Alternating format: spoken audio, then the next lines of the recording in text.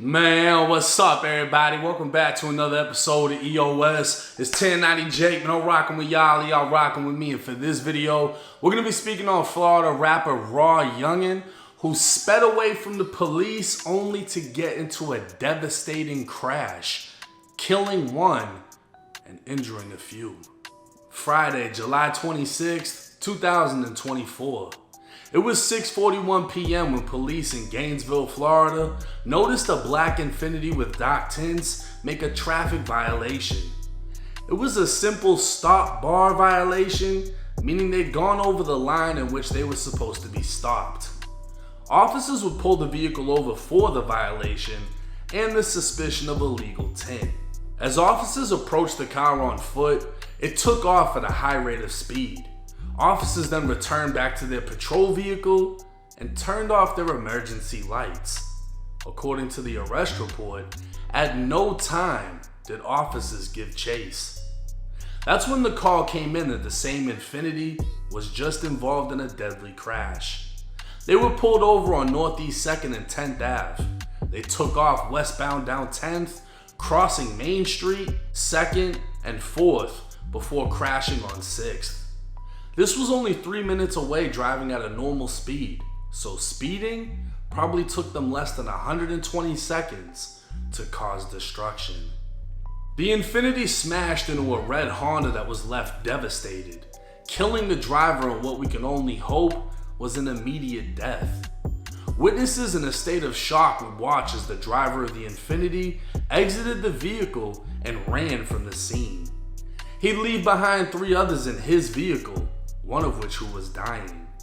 Paramedics would begin helping those left inside of the SUV as officers began setting up a perimeter.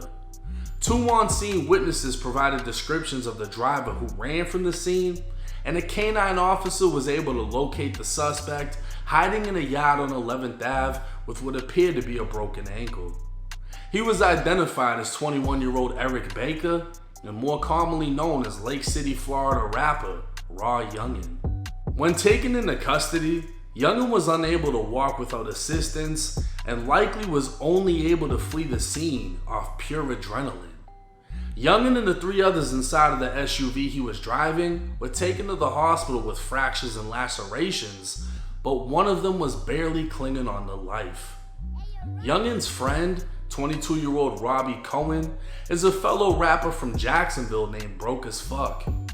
Unfortunately, he'd suffered a traumatic brain injury, was intubated because of it, and deemed unlikely to survive. One of the 3 injured would also confirm to police that it was in fact Youngin driving at the time of the crash.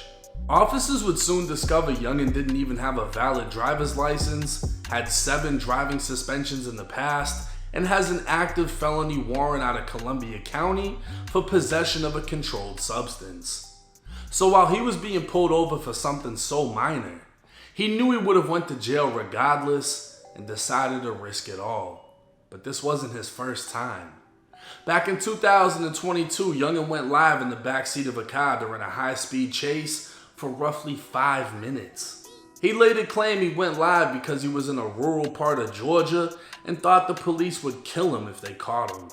To Youngin's defense, he wasn't the driver, but he was instructing the driver on how to drive. Yeah, we got that bitch went on the other side of the road now. Go. Oh shit, boy, we on the one way. Bro, we gotta bend it. We got him, bro. We got him.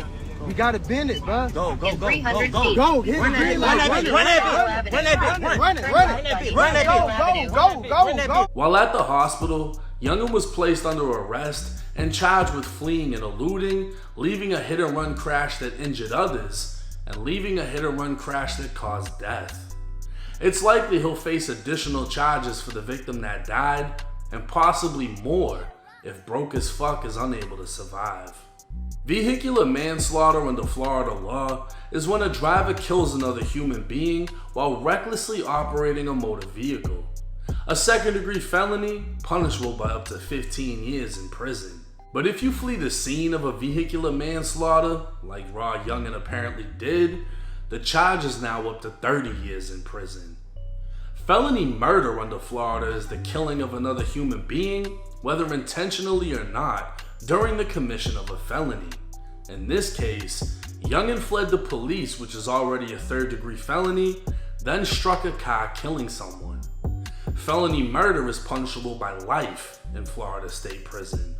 There's multiple ways this case could go for Raw Youngin, and unfortunately none of them are good. To make matters worse, this comes only 4 months after his mom passed away. Broke as Fuck's manager would take to Instagram stating, "Everybody keep Broke as Fuck in your prayers. He's sedated. Several times he's woke up trying to take off the breathing tubes, feeding tubes. He's confused. They don't want to excite his brain, so that's why he's sedated.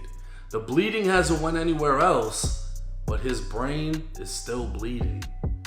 At this time, Broke as Fuck is still fighting for his life. The 2 other injured passengers have survived, and Youngin remains hospitalized with his jail booking photo showing him laying in his hospital bed. Youngin's already received a no bond and even received a stay away order from his victim and friend, Broke as Fuck. Now, first and foremost, rest in peace to the innocent person that lost their life in this situation. This is a matter of irresponsibility. Raw Youngin drove off irresponsibly, knowing that had they ran his name, he doesn't have a license. He's gonna get booked for not only that, but he's gonna get booked because he's got a warrant in another county. He put everyone else's life in danger, making the decision that he did. We don't know if they amped him up and were like, "Yo, go, go, go," whatever. We don't know. But at the end of the day, it doesn't matter. The driver is in control of the vehicle and he made the decision to go.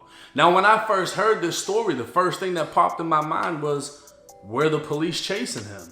Because normally, you know what I'm saying, there's certain places they're not allowed to do that. Florida, they'll pretty much just crash into you, but that was something that was a big factor in my opinion on this situation. Were the police aggressively pursuing them? And come to find out, they didn't even get chased. He just took off, and in less than 3 minutes, or in less than 2 minutes really, because he was going so damn fast, he gets into a car accident at an intersection, and he leaves a guy's car looking like a crushed can. And like I said, hopefully it was an immediate death. Because to be crushed like that and physically aware of what the fuck just happened is horrible. And on top of that, your own friend is in the car with you and he suffered a traumatic brain injury. To the point that blogs were saying he's brain dead, this and that. I mean, I don't know if it was his manager or whoever, but somebody posted that he's been waking up and they're sedating him, the swelling, the bleeding, etc. We don't know how he's gonna come up out of this situation. We don't know if it's gonna be like Wooski, who was shot in the head and he really isn't the same, and these things take years to heal from. This might have just completely ended his friend's career. We don't even know if it's that far. We don't even know if his friend is gonna survive this yet. It's so early on. But I guarantee you all of these things are weighing on Youngin's mind only 4 months after his mother passed away. In these cases here, I mean, when I was in prison, I met kids that drove drunk and accidentally killed their best friend. 10 years on average, state prison. But for this, the fact that he ran from the scene, that goes up to 30 years, bro. The charges that he's facing is as if he just murdered somebody. And like I said, I don't really see a good ending to this situation. And he can't even make contact with his homie if his homie wakes up, because his homie is his victim. He can't even call him and apologize. He can't do anything if his homie wakes up. And if he doesn't, it's gonna weigh on him forever. So for y'all, even though you don't want to sit down, it's a better alternative to go to jail and face your responsibilities than to put everybody else at risk and be left in a situation where you've killed somebody and possibly changed your friend's life forever. But hey, let me know y'all's thoughts and comments in the comment section. It's 1090 Jake. I'm rocking with y'all and y'all rocking with me. Till next time.